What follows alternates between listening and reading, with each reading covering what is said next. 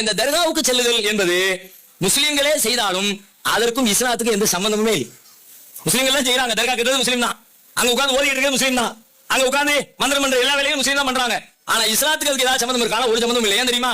முதல்ல தர்காங்கிறது என்ன? செத்து போனவங்களை அடக்கம் பண்ணி வச்சிருக்க இடத்துக்கு பேர் தர்கா. இப்ப முஸ்லீம்கள் போய் என்ன செய்யறாங்க? அந்த அடக்கம் பண்ண ஆள்கிட்ட போய் நீங்க எங்களுக்கு அதை கொடுங்க, இதை கொடுங்க, செல்வத்தை கொடுங்க, நோய் நடி இல்லாத வாழ்க்கையை கொடுங்கன்னு கேட்கிறாங்க. அவர் தான் உசுரையே காப்பாத்திக்க முடியாம செத்து போனவர். தர்காவே எதை காட்டுதுன்னா அவரே தான் உசுரை காப்பாத்திக்க முடியல, அவரே செத்து போயிட்டாரு. அவர்கிட்ட போய் நீ எதை கையேந்திர? இது ஏத்துக்கவே முடியாது. குர்ஆன் இதை ஒத்துக்கவே இல்லை. இது மாதிரி செய்வது கடவுளிடத்தில் செய்ய வேண்டிய பிரார்த்தனையை கடவுளின் படைப்புகளாகிய மனிதர்களிடத்தில் செய்வதை நான் ஒருபோதும் ஒத்துக்கொள்ள மாட்டேன். இது போல நீங்கள் பிழை செய்தால், தவறு செய்தால் அதை நான் மன்னிக்க கூட மாட்டேன் என்கிறது திருக்குர்ஆன் வழியாக இறைவன் சொல்றான். இறைவனுடைய மன்னிப்பை கூட பெற முடியாது.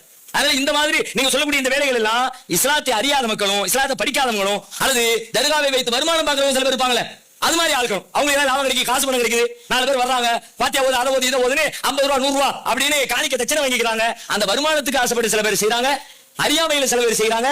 இஸ்லாத்தை அறிந்த யாருமே தர்காவுக்கு செல்ல மாட்டாங்க. இன்னும் சொல்றதா இருந்தா நபிகள் நாயகம் அவங்க வாழ்ற காலத்திலே சொன்னாங்க, இறந்தவங்களை அடக்கம் பண்ணிட்டு அதுக்கு மேல கட்டடத்தை கட்டிடாதீங்க, யாராவது அங்கங்க கட்டி வச்சிருந்தாங்கன்னா அதை இடிச்சிருங்கன்றான்.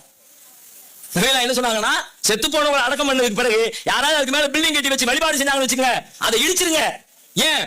அறியாமையில போய் கையேந்தி நிப்பாங்க, இவருடைய குலதெய்வம் இதுதான், இவருடைய முன்னோர்கள் இதுதான் அப்படின்னு அங்க போய் கையேந்தி நிப்பான். அதனால அப்படி ஏதாவது ஒரு பில்டிங்கை பார்த்தா இடிச்சிருங்கன்னு சொல்லுகிற அளவுக்கு தான் நபிகள் நாயகத்துடைய போதைகள் இருந்திருக்கிறது. அதற்கும் இஸ்லாத்துக்கு எந்த சம்பந்தமும் இல்லை.